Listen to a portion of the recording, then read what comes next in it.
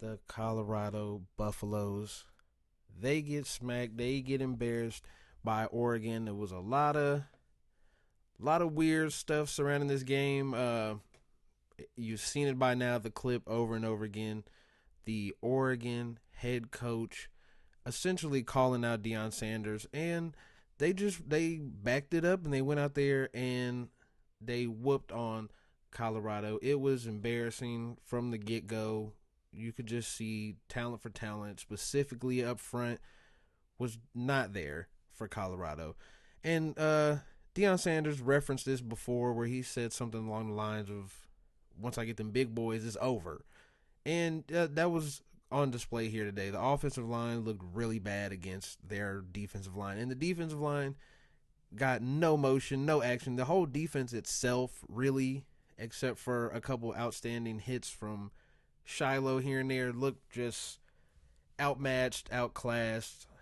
And it was bad. Not a lot to say for this. It's disappointing in a way and not in another way because did it seem slightly unfair, like a bit of an unfair mismatch at the time going into it? Yeah, perennial powerhouse program Oregon stepping up to the quote unquote Cinderella story of Colorado. I think this was this was due. I'd rather them get beat like this now than get any deeper and get beat by a team. The USC game looks scary. The whole thing.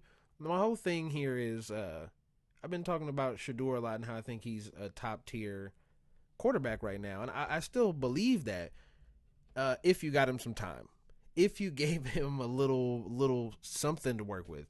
Let's see, what did he get here? He ended up with 159 yards, one touchdown, 23 for 33. A lot of that is just junk stats. So I think you can see it. The line cannot hold up at all. Shador had no time whatsoever to get anything going, and when he did have time, his receivers didn't get open. Now, that with the very few times, and that's not to say the receivers didn't get open a lot. They were open a lot, but if there's not time to throw the ball, it gets very difficult to maintain any type of passing game. It's virtually impossible. So I don't. I wish Colorado. I want Colorado to be good. Did I expect Colorado to basically remain without a loss the entire time? No. Realistic expectations would have had you believing they're gonna win. They're gonna win a couple more games they shouldn't win and be. I think Daniel said it on the last episode. 8-4 sounds reasonable, just enough to get into a bowl game probably and keep a little of the buzz alive. But I think, hey, the thing we got to look out for is next year. Nowadays, with the transfer portal, the fact that they put a team that could start 3-0 together that way shows some positive signs for Colorado, and I think eventually I think in the next 2 years we might look at this. We might look at this game a little different. Colorado going into Oregon might look a little different in a couple years, and that's been my whole thing. Is I just hope that the whatever is going on, whatever you want to call it, the the aura that is surrounding Colorado isn't just washed away by the spanking they got, essentially. Because even looking at it here, they had 35 in the first half, and it was just bad. It was bad. It was hard to watch, and it sucks that Colorado had to go out like that. But I think if they can somehow just recruit or get some guys to transfer in, get a real offensive line, a real defensive line, and just stack this team up a little more with Shador coming back, Travis coming back, Shiloh coming back. I'm not sure about some of the receivers, but if those receivers come back with new weapons, with just the way everything works now with NIL and transfer deals, there's no reason that Colorado can't be a powerhouse program within 2 years, 2 to 3 years.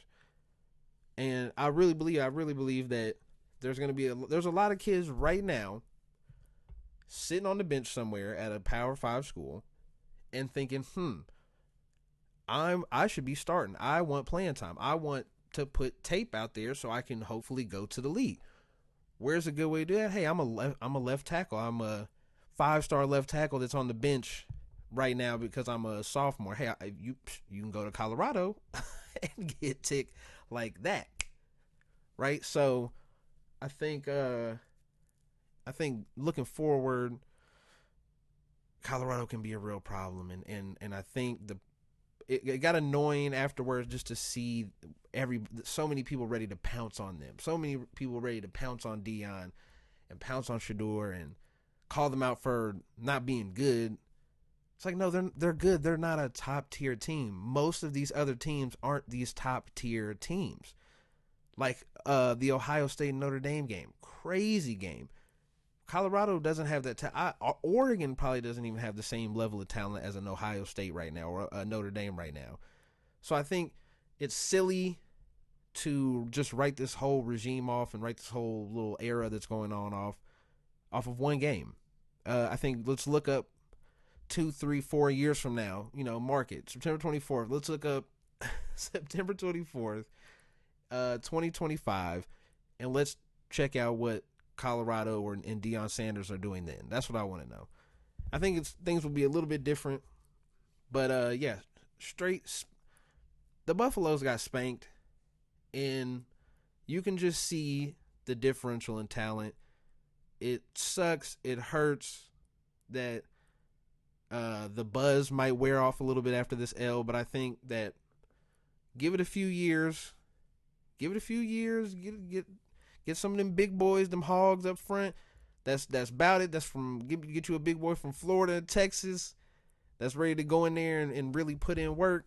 Especially when you get to the Big 12, if he can build some type of offensive line and defensive line now, knowing how important it is in the Big 12, it's going to be dangerous because Big 12 defense is known for being bad.